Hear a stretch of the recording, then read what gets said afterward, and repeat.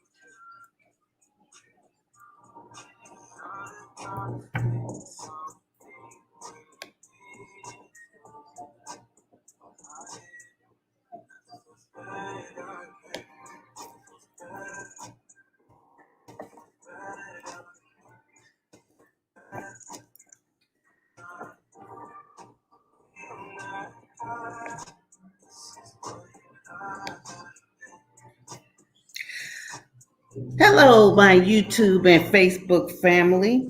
Welcome to Let's Chat. Tonight, I got a very special guest for you.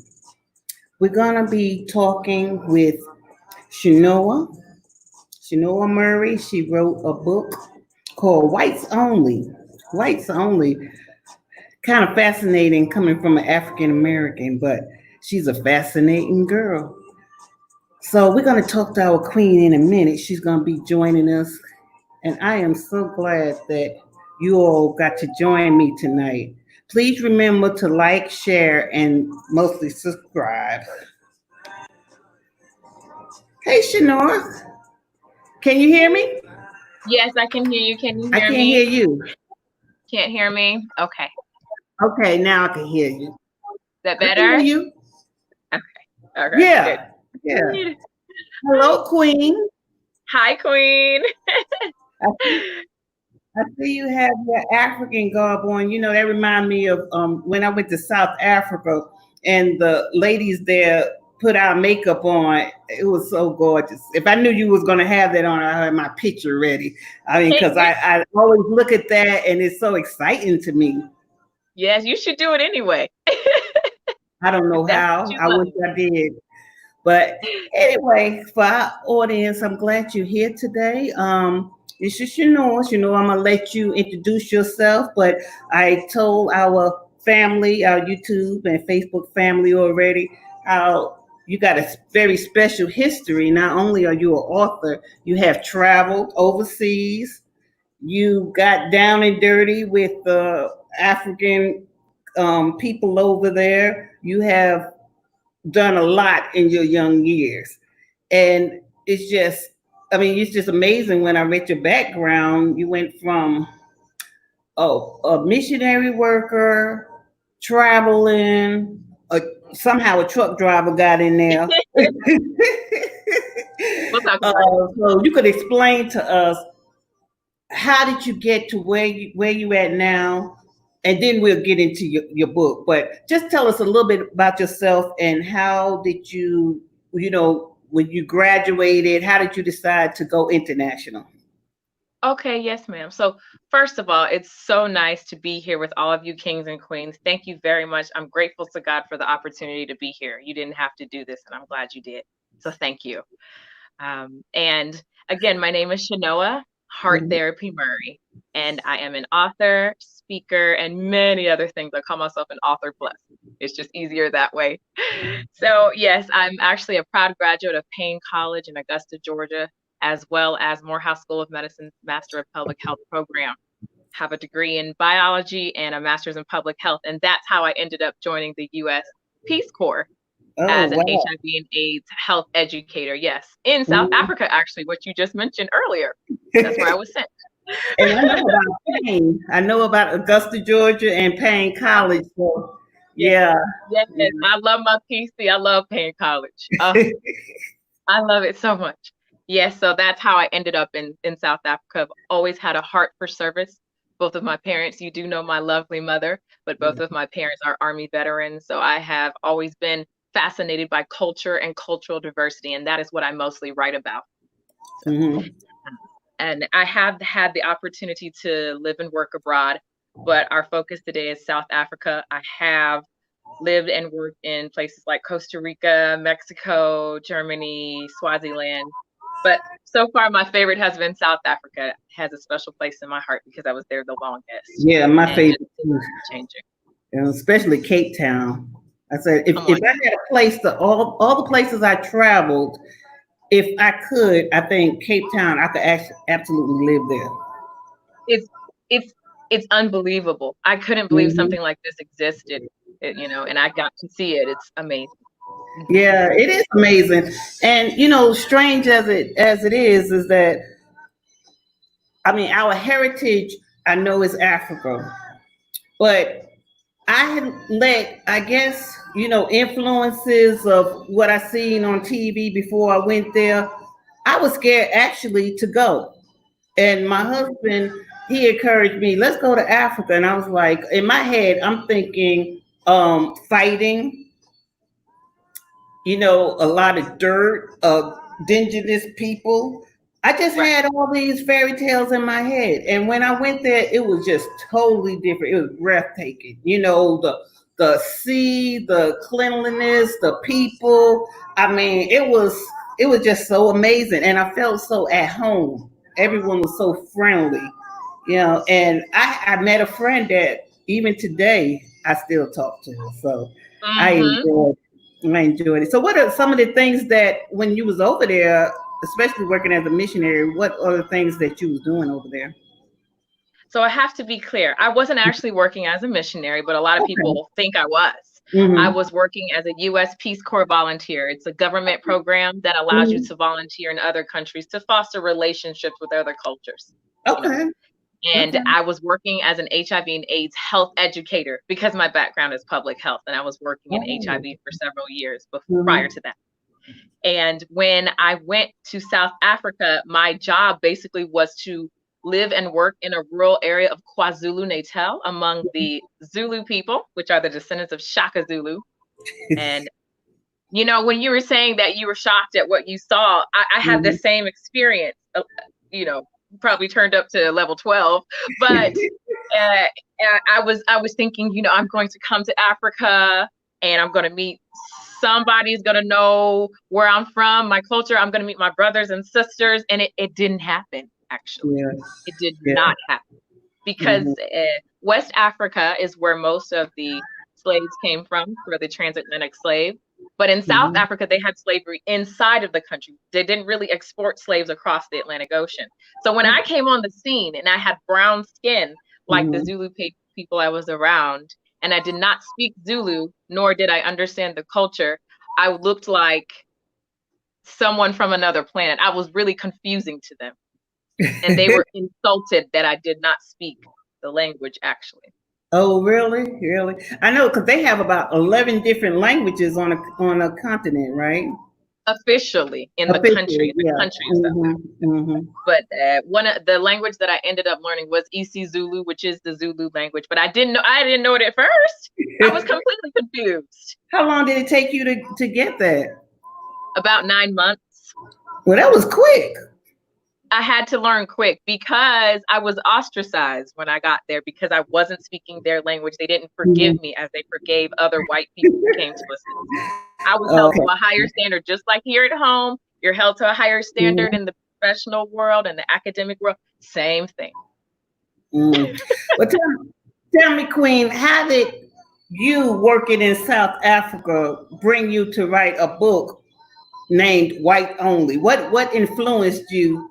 Where did you get that name from? Because when I seen that book, Whites Only, before looking at what it was, I was like, what is this book about? And then when I seen the author was black, I was like, how did she think of that name? Could you tell us how did that come about? Yes. So while I was there, for those first 9 months, remember I told you I was ostracized and most people Yeah. didn't speak to me. I had plenty of time to myself because people were not talking to me. Okay. Mm-hmm. I had lots of time to observe and write. And during that observation process, which is key, I saw many parallels between a post apartheid South Africa and a Mm-hmm. post Civil War time or post civil rights era in America. So I wrote about what I saw and what I felt. Okay.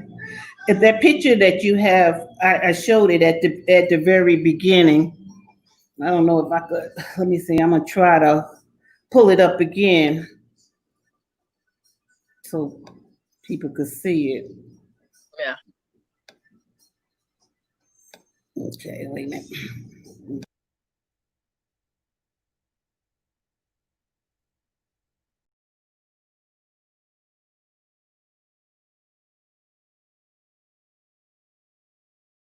As we see you sitting on that bench that says white only, is that taken in South Africa? Sure is. It was actually taken in Cape Town. I was walking really? past an old courthouse. I cannot remember the street name, but there is an old courthouse there where people had to come to get their IDs back in the day during the apartheid regime. And there is a monument and there's a plaque and everything there. That bench is actually a bench that they used for people waiting outside the courtroom back in the day. And there's a bench that's adjacent to it that says blacks only. And then in the middle, there is a plaque that says these benches are no longer used as their original purpose, but we kept this here after apartheid was over to commemorate how far we have come as a country.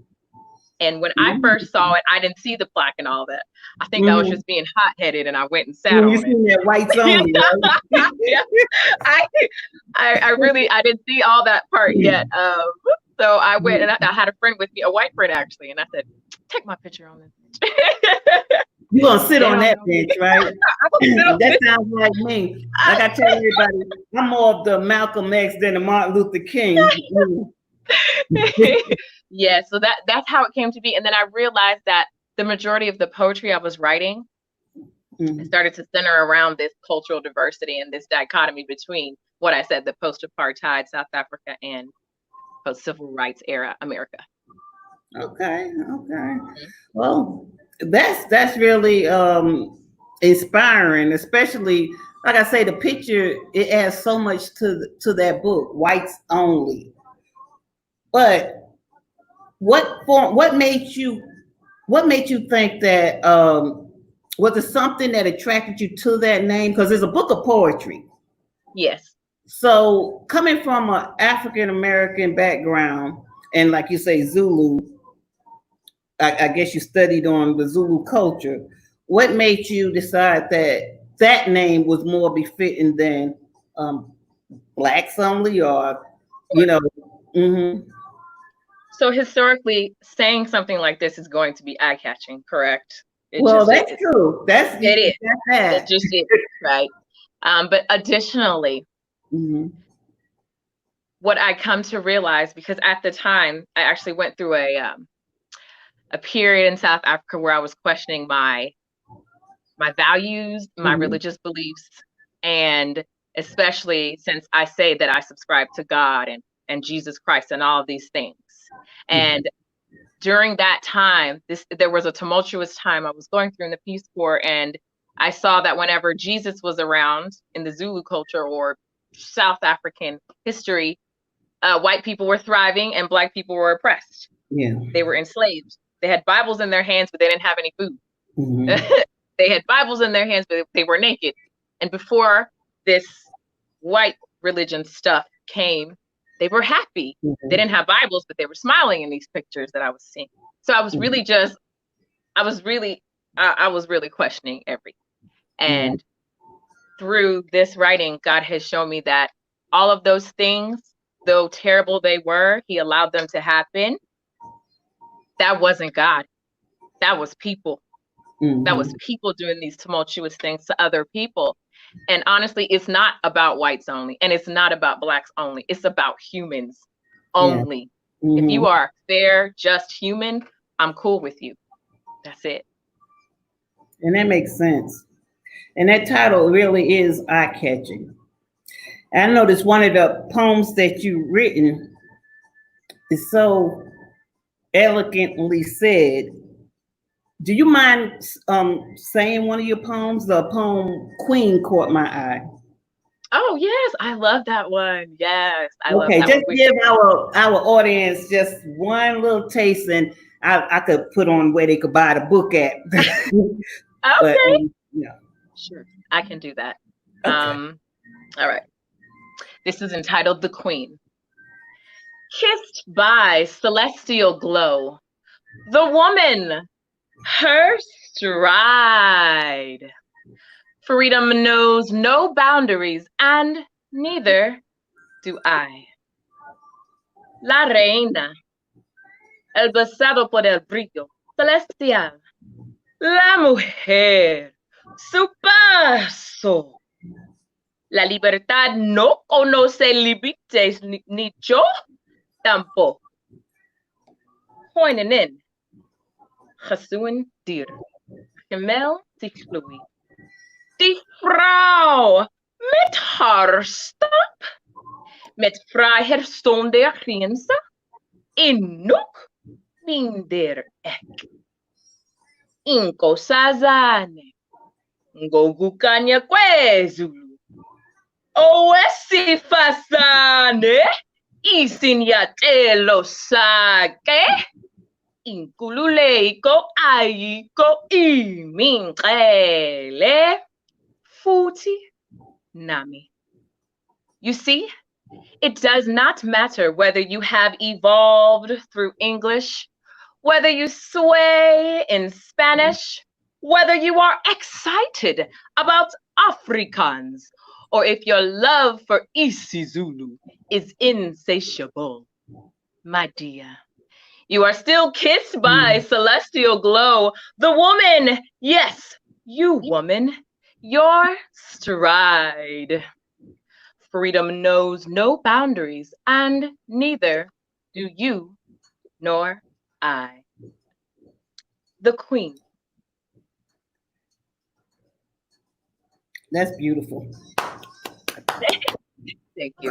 Come through, Chenoa. That's Thank you. Yeah, that's nice.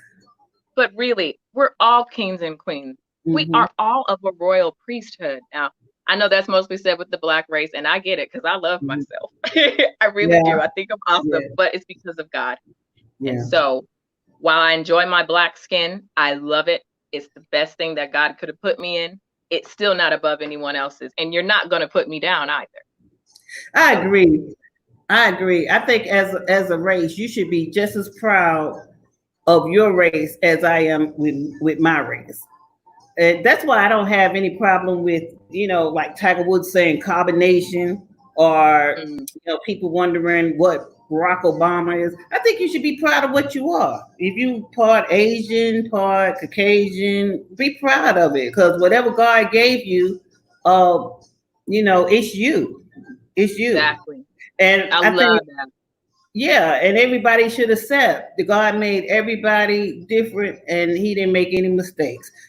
So I just don't like the class system that we have here. And it tends to be a class system on money and skin color. So that's the problem I have. But yes, I agree. We all are queens in our own right. So for all our social media out there, Chenoa is selling her book on Amazon. It could be purchased, and it has some lovely poems in there. Real, I tell you, it's real soul searching. I don't know if we could repeat it like you. I mean, you said Zulu words. I mean, for 9 months, that's really amazing, because I could have never got that. It's been taking me years to try to get basic Spanish. You can do it. You can do anything that you put your mind to. Through God, all things are possible. Yeah. So how long did it take you to write it? The book took me, it was about total a year and a half, but I've been writing poetry for a long time. Okay. And so I did find some poems that were in my old journals and diaries that I saw also still fit into this compilation of poetry. So I happened to include some of those as well. So it's been a series of a few years, honestly, like when I was working with Native Americans on a reservation out in Tucson and in Nogales, Mexico. And I wrote some things everywhere. I love culture. I love it. It's beautiful. So mostly in South Africa, but there were a few poems that I wrote about working at the border and things like that. Yeah, it is. And I encourage everybody to travel because, I travel. This is the first year, in fact, that I have stayed in the country, but I travel it brings not only, it expands your horizons. It's so much out there that you don't know. Everyone Right. says, everyone think this is it because this is all you know. It's like if you only had a banana, that's all you know is a banana. Right. But when you go stretch yourself further, you'll see that there's different ethnicities, different cultures, and basically what I find is that we all have differences as far as culture, how we do things. But everyone has the same family problems, have the same children doing the same thing. Everybody have that in common, so it really doesn't make any sense to think somebody is better than somebody else. I remember a friend of mine told me, about Asian people, Chinese people in particular, said, they are so smart. And this was an African American girl telling me this. I looked at her and I said, they are no smarter than anybody else. So she said, well, the ones that work with me, they are smart. I said, the ones that can't, that it's a communist country. The ones that they let come over here, they probably are a little smarter. Just like we got some smart Americans, everybody's not on the same level. But if you go over there to China, excuse my expression, but it's not any place I want to live. The people, it's just like here. You got people out in the street, homeless, they aggressive. I mean, they're not anything special than what you see over here. It's just that, they have to fill out certain paperwork, and the government only lets certain people come over here. So with that said, that of course you're going to send your best of the best. Sure. A lot of people come as CEO, business people. Some is born over here, which gives them a better education than probably what they would have got over there. So it's a lot of reasons. I mean, we got Black educated people on the same level, white people, Indian people. I mean, it's not just because you're a certain race, you are so smart. And that's what travel would do for you. A lot of people out here is ignorant to a lot of things, and that's only because they don't know. And ignorant is not really necessarily a bad word. It's just that you don't know. So what you need to do is find out. So just like you say, you've been working with the Native Americans, you've been working with the Africans. You reach out to people, and you find that we're all different in certain ways, but basically we're all human beings. We're all trying to make a living. Everybody is pretty much the same. Yeah. So should I expect another book coming from you soon? Not soon, but it's coming. Let me finish with this one first. Let me get this one out there. But yes, I have the second one's actually written. It's just we're working on this first one getting out there first. Yes. Okay. Yeah. Because I know a lot of people out there want to write a book, but they just don't know how to get it together. So I'm very proud of you telling your experience and putting your heart and soul in your poems. We're going to support you. Go out to Amazon and purchase Whites Only. I appreciate that. Now tell me, how will a queen like you that have been to Africa, came working in Arizona, and you get around, how did you get to be a lady truck driver? Okay. So the story is, I have all this education. I'm very grateful. Mm-hmm. And I've had opportunities that most people haven't, and I understand that. Now, as I came back from the Peace Corps, I went job searching just like everybody else. And to be honest, it didn't work out. I did everything they said to do.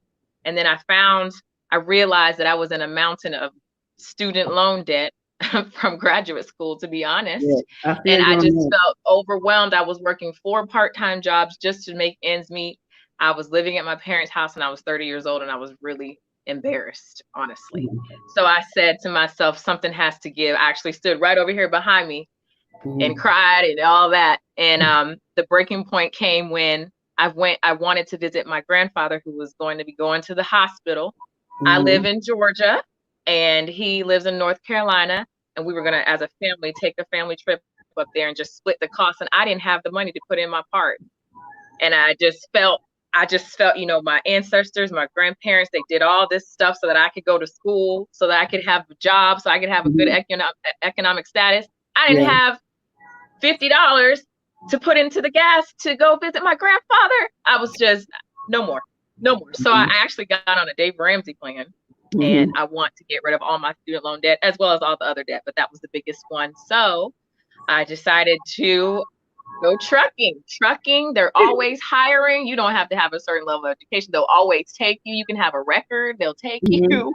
You cannot have you don't have to have citizenship. They'll take you. All you have to do is be able to read and follow directions in English.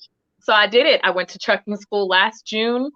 I was hired in July from the company I work with, and I've been knocking debts out left and right. There are 19 listed. I've actually got my list of debts right over here. There are 19 listed, and I've knocked out about $14,000 worth of them. But in what period of time? Excuse me. What period of time did you knock out 14,000? I got on the let's see. I officially was done with that life in February, but I got on the truck last July. Okay. So it'll be a year, and it'll basically be a year in July. July 4th actually is when I started. Okay, that's interesting. Do you like it? You know, overall, I love it overall because there's freedom.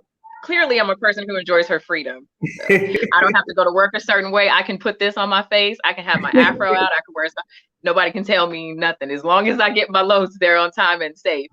But I enjoy the freedom of being able to ride around and have people look at me crazy like, does she even have her regular license? Because I've had people ask me that. The sense of empowerment I get is pretty cool. I kind of get off on it. But it also has been good for my self-confidence. I had no trucking experience. I had none of those.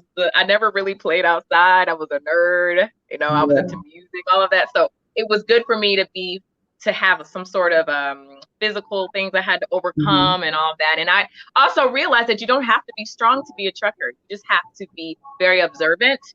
My teachers in trucking school actually told me they prefer to teach women because we're more detail oriented and we're more aware of our surroundings and get into less accidents.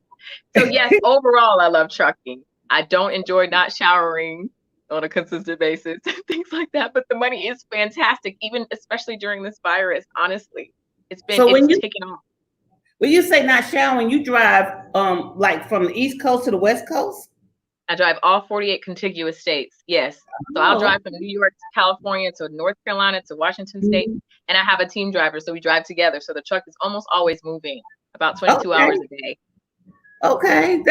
That's interesting. And I know a lot of students, especially coming out of college this year, it's going to be a rough year because people are losing their jobs and it's just a mess. And you coming out all with hopes and dreams and big aspirations. I mean, I believe in education, but I found out that, you know, as we live, we always evolve. And my way of thinking has evolved. And I do believe in education. But the education system that's out there, it teaches you to, I guess, how should I say it? It doesn't teach you to survive. It teaches you instead to work for someone. It doesn't teach you life skills like to get out there and create. In fact, for the people that's watching Sunday, I'm going to do a podcast on budgeting because school doesn't teach you, like you say, you come out of school with all this debt. It doesn't teach you how to do your finances, how to create a passive income for yourself. Because I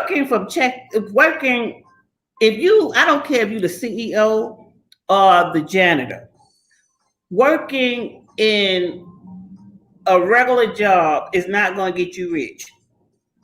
You're going to be working from check to check. The reason why is because you get used to, you do a job you get money. The CEO is going to spend money just like his check. So you think someone making six figures, oh, they got plenty of money, but no, they don't, because their house note is probably over $3,000 or more. So they spending more. So the more you make, the more you think, okay, I could go out there and spend.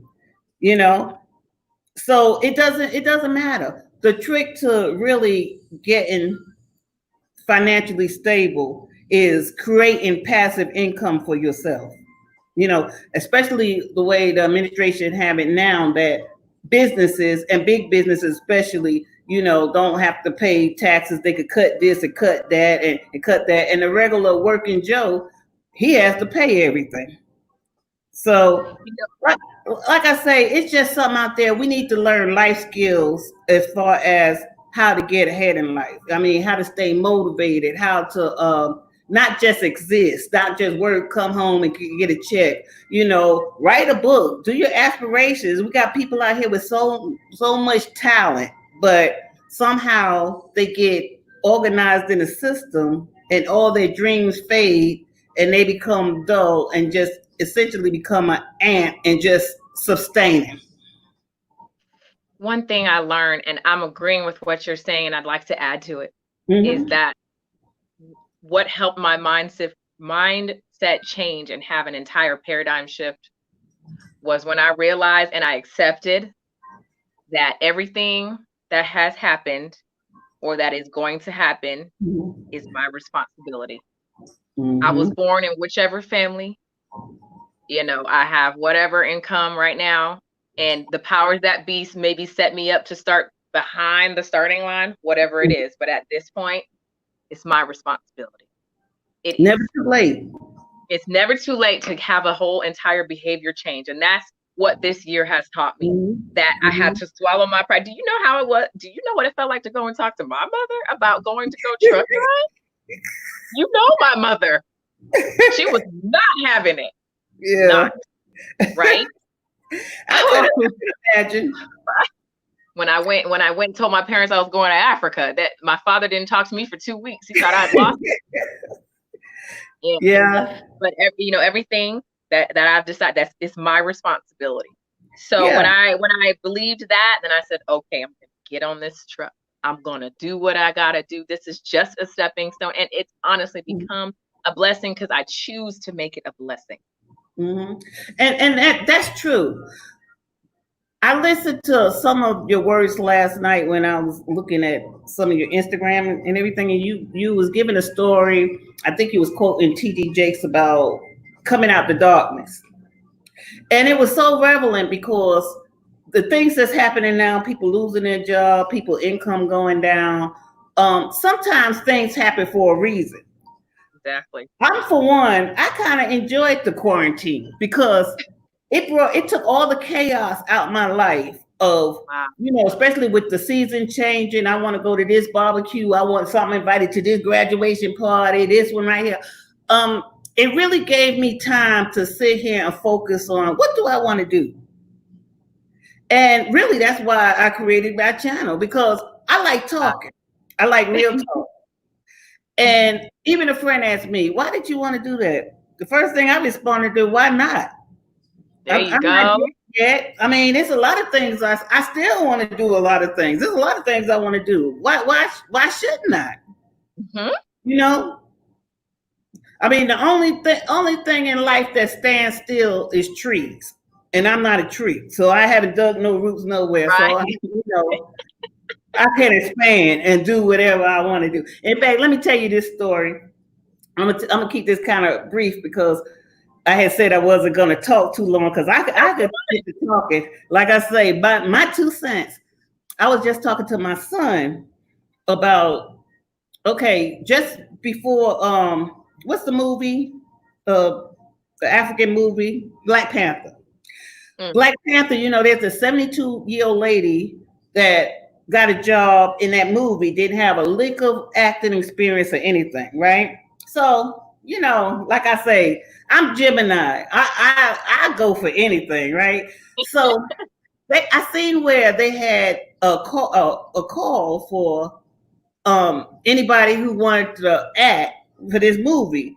And they did say they wanted, people. They had all kind of people on the list, and they had people, within my age bracket. So I called them up and I said, well, I'm such and such an age, and are you really looking for that? How do you dress?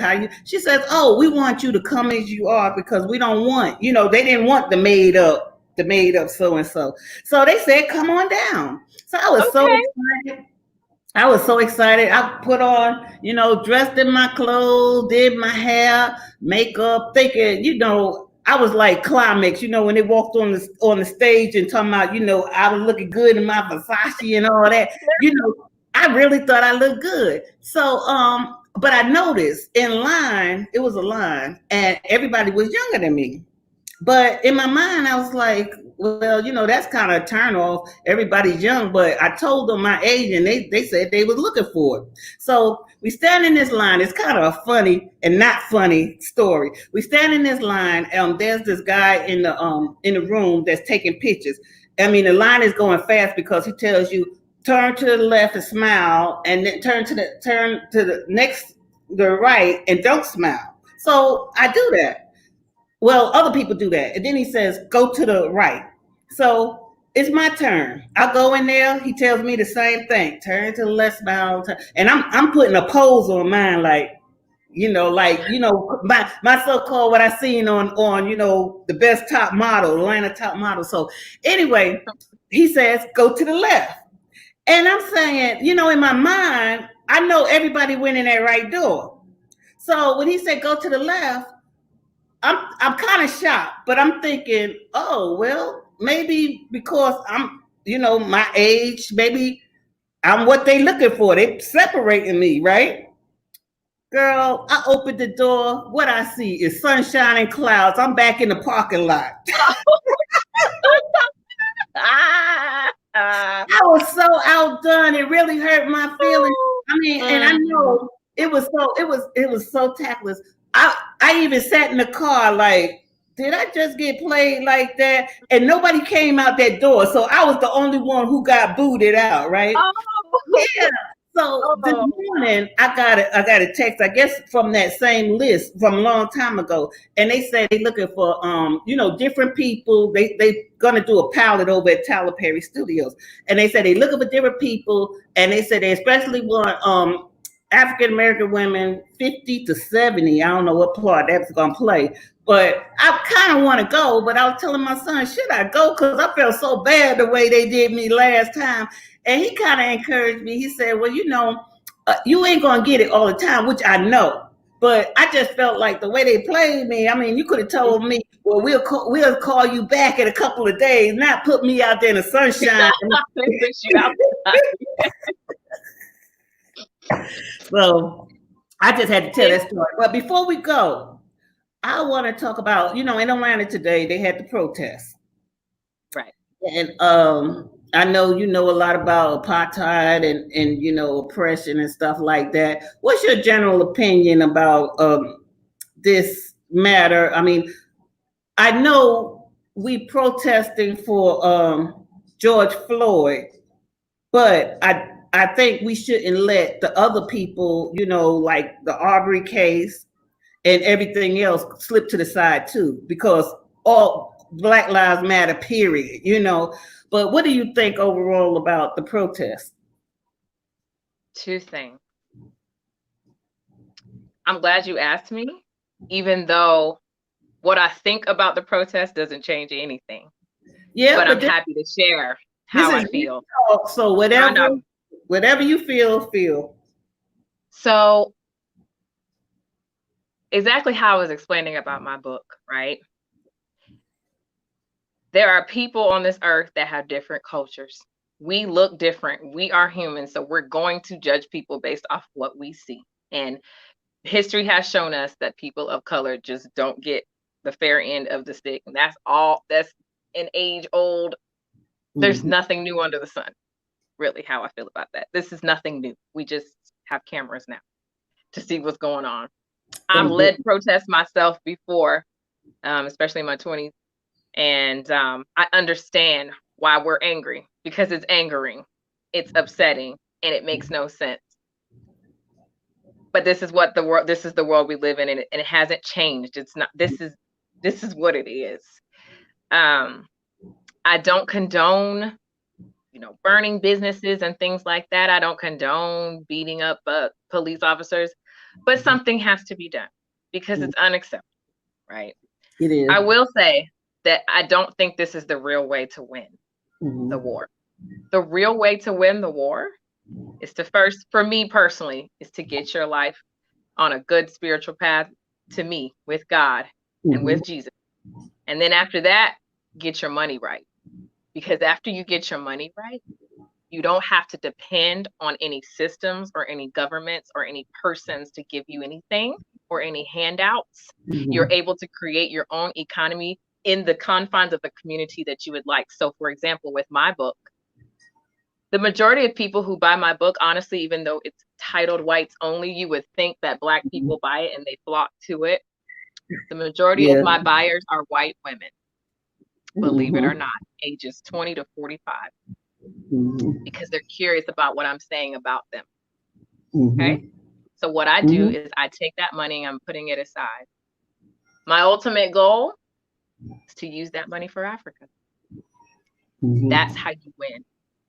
Get your money right so that you can actually have an impact in your life and not be have to hold on to someone and depend on them to like you or trust you or whatever. Now, I can't obviously prevent people looking at me and seeing just another Black woman.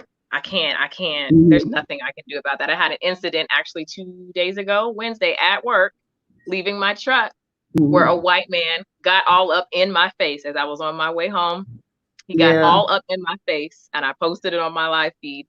I don't know what happened to him that day, but he felt the need to tell me how he felt about Black people that day. And it happens all the time. It does. It does. We just seen, I posted on my Facebook about this guy. I'm gonna nickname him Privilege Phil, because he was leasing in a building, and I think it was four African American young guys that was in the building using the gym. Well, he's just a leaser too, but he just felt like, I guess in his head, that I know they can't afford to be the same place that I'm at, So he made this big stink about calling the police to throw them out. Come to find out, not each one of them had an office, and he wound up losing his job. And that, I guess that comes with white privilege. Why do you think you got to police everything? Why do you think we can't get nothing, but you can? It's just it's a lot. It's a lot. But it's something I do learn to live with. Yeah. But I do believe in what you're saying about get your money right, because why do we have to dress a certain way just to get a job from them? Why do we have to conform? If I want to wear braids to go on an interview, I gotta, this is the hair that God put in my head, but yet I have to go wear a wig to act like I'm a Barbie doll from Europe just to get a job. I gotta act a certain way in front of them.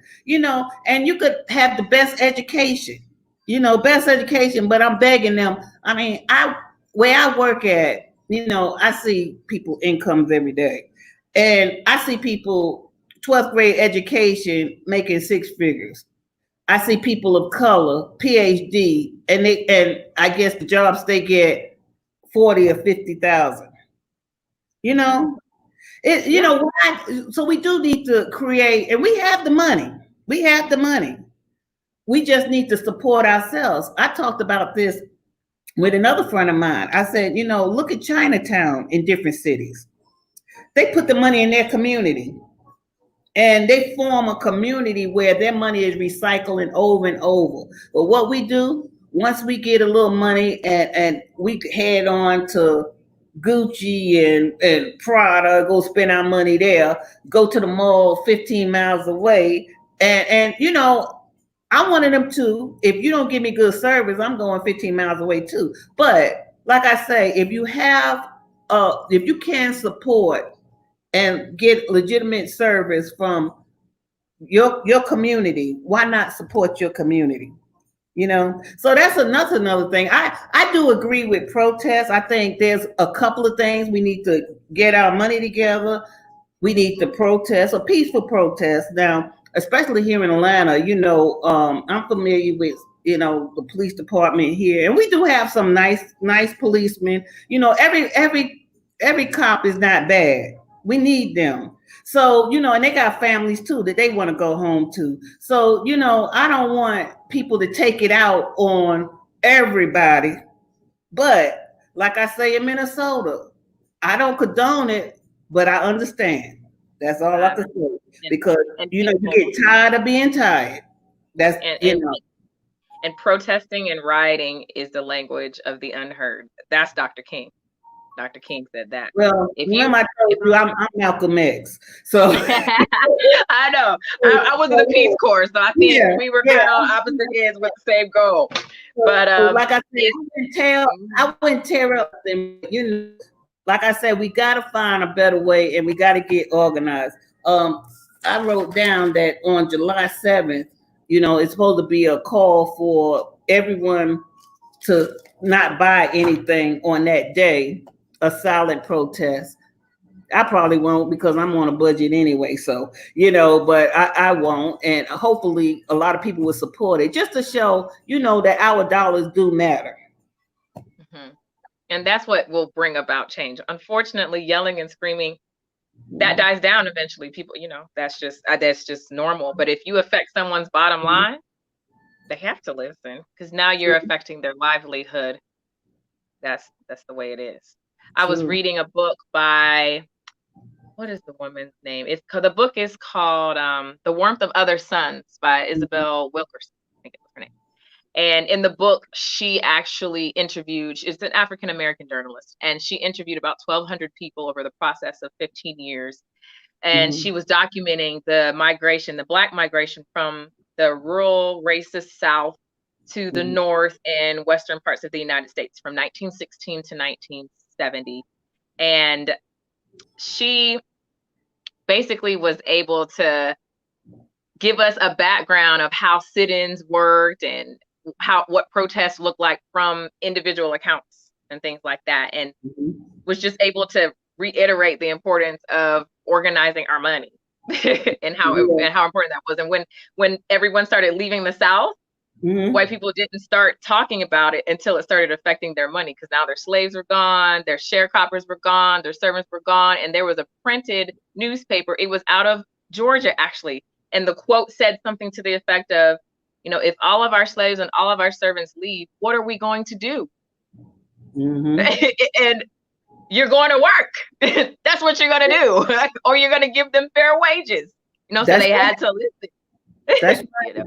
That's one thing about the South that on the jobs, I heard plenty of people say, well, we better be glad we got a job. Okay, well, I'm glad for everything God had given me. But also, these people better be glad that I'm doing this job, because I'm like you. If everybody said I'm not doing nothing, what could they do? They have to give you something, because they're not. It's just like, they want to get rid of the immigrants. Some jobs they don't want to do. And let's face it, the rich white man, they want to stay clean. They don't want their hands dirty. So who else is going to do the work? So either you pay fair wages or we leave. And they can't afford that. I mean, just like, look at this virus. They're not keeping it a secret that people are still getting this virus. People are still dying. They're not keeping that a secret. But the one important thing that they want is this economy. Their stocks are going down. They need to get this economy. They don't care if one human exists in this city. They're going to try to work that one human to keep, because they don't play when it comes to their money. So you just have to take care of you. You get it? But anyway, Chenoa, yes. I enjoyed talking with you today. I am so happy that you came on with me and shared your adventures, your book, and hopefully, everyone will get this book, White Only. I know I plan to get one. Thank you. And do you have anything to say before we end? Sure. So I always say something regarding the book, but before I say that, I'm so grateful for your time. And I know we're all in quarantine, but your time is still your time. So whether you're at home or if you're in the car listening, I'm just so grateful for your show, and congratulations on moving with your dream to do that during this quarantine and being productive. Yeah. And I'm just grateful that people would listen and have an open ear to what was said tonight. The last thing I wanted to say is that this book is for whites only. It's for Blacks only. It is for purples and greens and blues only. This book is for humans only. Thank you. And we're going to leave with that being said. Like I said, go to Amazon and you could purchase it, or you could purchase it from yourself too, right? How if I wanted to contact you and get it straight from you because you're here in the Atlanta area, how could I do that? You can follow me on Facebook at Whites Only the Book, no spaces, just Whites Only the Book. Send me a message there, or on my Instagram at Whites Only the Book. Okay, definitely. And mass support. You know, we just gotta support each other. Exactly. So thank you, Chenoa. And as for my new subscribers, and if you like this, and you're gonna like many more, because we're gonna have a lot to talk about, especially Sunday with the budget. It's gonna be very informational. I try to live. I don't like to owe nobody anything. Unfortunately, sometimes things come up and you have to owe, but you have to learn the budget to get that rainy day covered, you know? And so we're going to talk about how to do that on Sunday. We're going to meet Sunday by 8:00. So tune in. Okay. Well, thanks, Chenoa. And we'll talk later. Thank you. Okay. Bye.